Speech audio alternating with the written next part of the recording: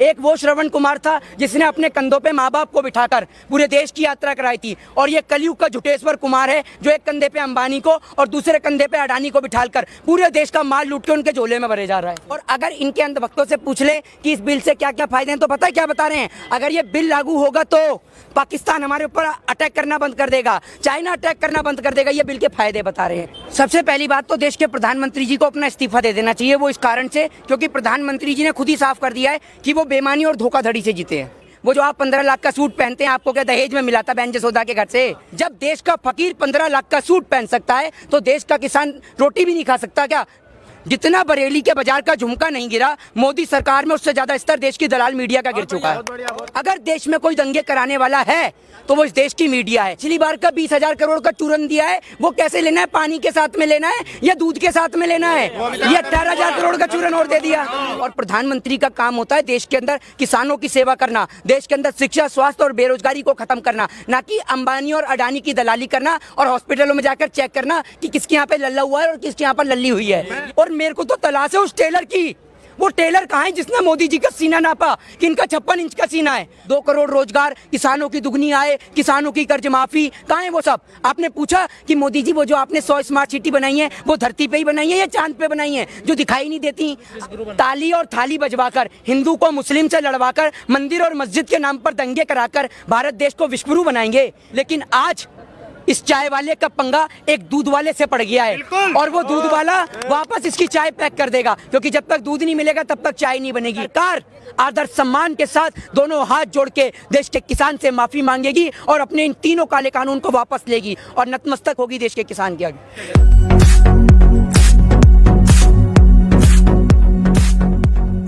सबसे पहली बात तो देश के प्रधानमंत्री जी को अपना इस्तीफा दे देना चाहिए। वो इस कारण से क्योंकि प्रधानमंत्री जी ने खुद ही साफ कर दिया है कि वो बेईमानी और धोखाधड़ी से जीते हैं।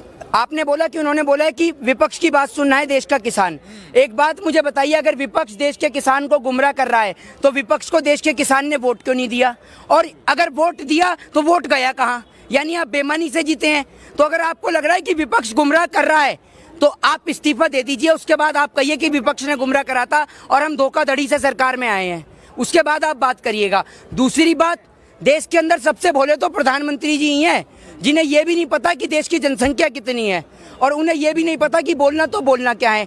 वो प्रधानमंत्री जी जो इतने भोले और मासूम हैं, जो देश का किसान अगर नहा भी लेता है तो उनको आपत्ति हो जाती है। एक बात मुझे बताइए, वो जो आप 15 लाख का सूट पहनते हैं, आपको क्या दहेज में मिला था बहन जसोदा के घर से जो आप पहन के आ गए? वो कहाँ से खरीदा आपने? जब देश का फकीर 15 लाख का सूट पहन सकता है तो देश का किसान रोटी भी नहीं खा सकता क्या? नहा भी नहीं सकता? ये बताइए आप। इस देश की दलाल मीडिया, जितना बरेली के बाजार का झुमका नहीं गिरा मोदी सरकार में, उससे ज्यादा स्तर देश की दलाल मीडिया का गिर चुका है।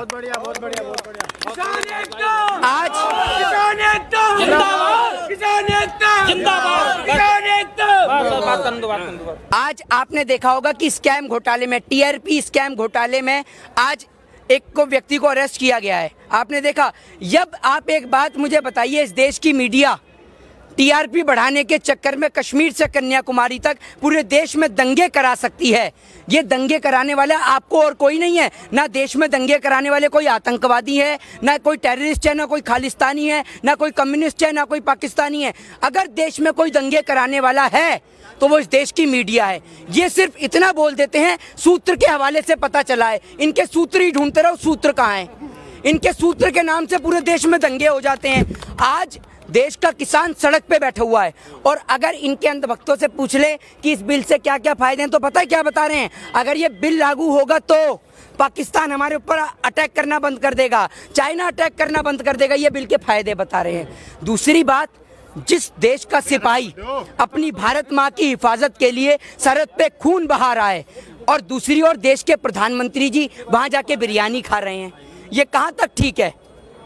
एक और आज कह रहे हैं कि हमने करोड़ों रुपया जो है आज किसानों को दिया है, किसान सम्मान निधि 18,000 करोड़। इससे पहले भी जो है किसान क्रेडिट कार्ड, फसल बीमा योजना, तमाम हमारी सरकार काम कर रही है। अरे तो हम मना कब कर रहे हैं ये तो बता दीजिए मुझे। जो वो पिछली बार का 20,000 करोड़ का चूरन दिया है वो कैसे लेना है? पानी के साथ में लेना है या दूध के साथ में लेना है?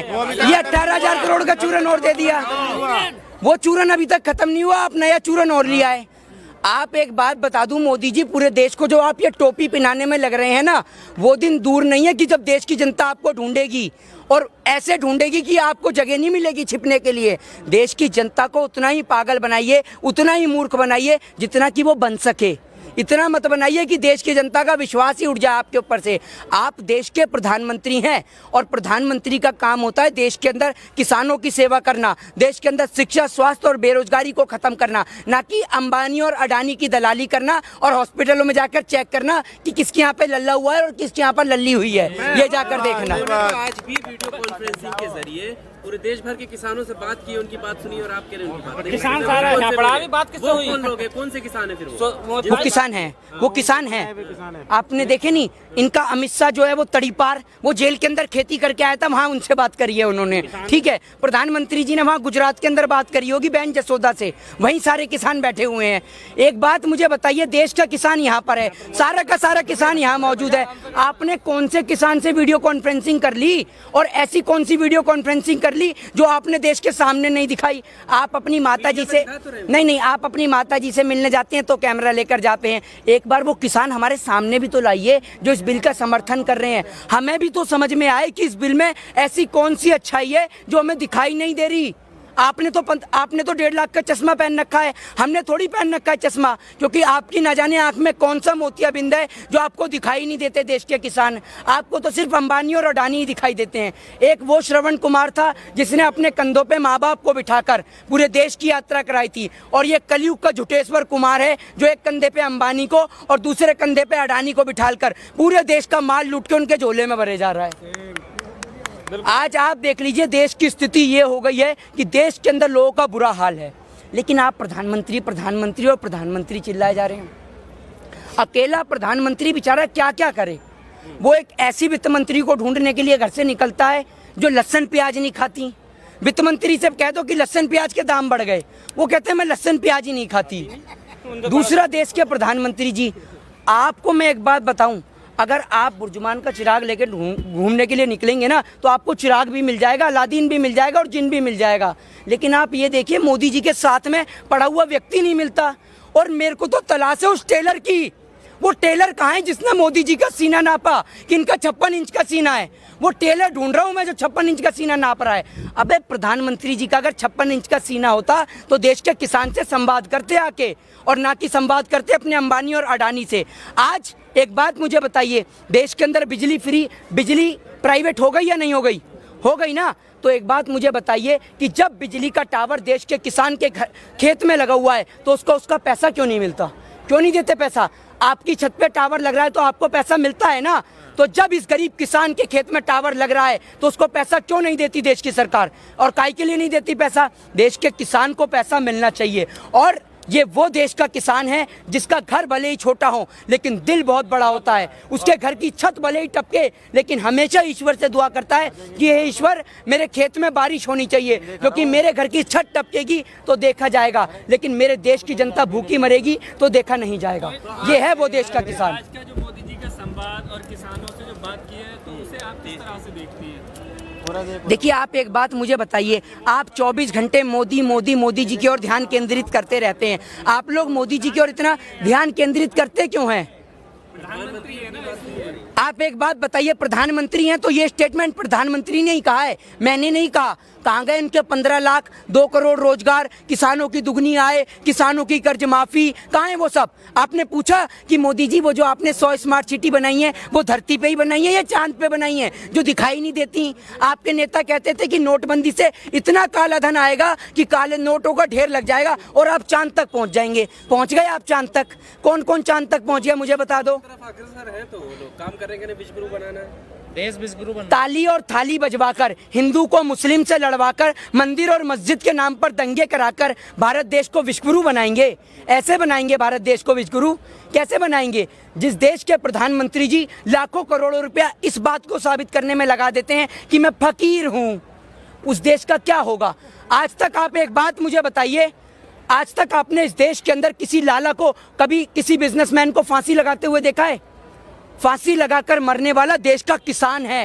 वो इसलिए है क्योंकि जब इस देश के बड़े बड़े भगोड़े विजय माल्या, मेहुल चोकसी, नीरव मोदी जैसे लोग बैंक से लाखों करोड़ों रुपए लेकर देश से फुर हो जाते हैं। उनको लेकर न देश के प्रधानमंत्री बोलते, न देश के गृह मंत्री बोलते। और दूसरी ओर देश का मजबूर, लाचार और गरीब किसान जब बैंक से 10,000 15,000 रुपए उधार ले लेता है तो बैंक वाले उसकी जमीन पे कब्जा कर लेते हैं, जिस कारण देश का किसान डिप्रेशन में आकर आत्महत्या कर लेता है, फांसी लगा लेता है। और ये देश के किसान के सामने सबसे बड़ी समस्या है। आप देश के किसान के बारे में नहीं सोचते कि देश का किसान मजबूर और लाचार है, उसकी फांसी के रोकने की समस्या को कैसे दूर किया जाए। आप ये देखते हैं कि देश का किसान सड़क पे बैठा हुआ, ये किसान नहीं आतंकवादी है। और जब इस देश का संविधान किसी नेता के खिलाफ गलत शब्द बोलने का अधिकार नहीं देता तो देश के नेताओं के पास कोई अधिकार नहीं है कि वो देश के किसान को आतंकवादी बोले, खालिस्तानी बोले या टेररिस्ट बोले। किसान को कब कह रहे हो, किसान तो उनके साथ है, ये तो वो लोग हैं जो अपना करते हैं, लोगों को भड़काते हैं, शाहीन बाग के नाम पर दंगे कराए, ये सारी चीजें कह रहे हैं, ये वो लोग आ गए हैं। आप एक बात मुझे बताइए, शाहीन बाग की जो ये बात कर रहे हैं, अब आप एक बात मुझे बताइए, शाहीन बाग के जो लोगों को इन्होंने पार्टी ज्वाइन कराई उनका क्या हुआ? कल तक ये जिनको वैश्या बता रहे थे, आज जब वो बीजेपी में आ गई तो इनकी बहनें और इनकी दीदियां हो गई। ये बताइए, बीजेपी ज्वाइन करते ही ये सारे के सारे लोग किसान एकता जिंदाबाद, किसान एकता। ये सारे के सारे लोग सिर्फ देश में दंगे कराने का काम करते हैं और कुछ इनका मकसद नहीं। इनका काम है तो सिर्फ देश के अंदर दंगे कराना। लेकिन आज इस चाय वाले का पंगा एक दूध वाले से पड़ गया है और वो दूध वाला वापस इसकी चाय पैक कर देगा, क्योंकि जब तक दूध नहीं मिलेगा तब तक चाय नहीं बनेगी। और मैं आपको एक बात बता दूं, गलती तो आपकी और मेरी है।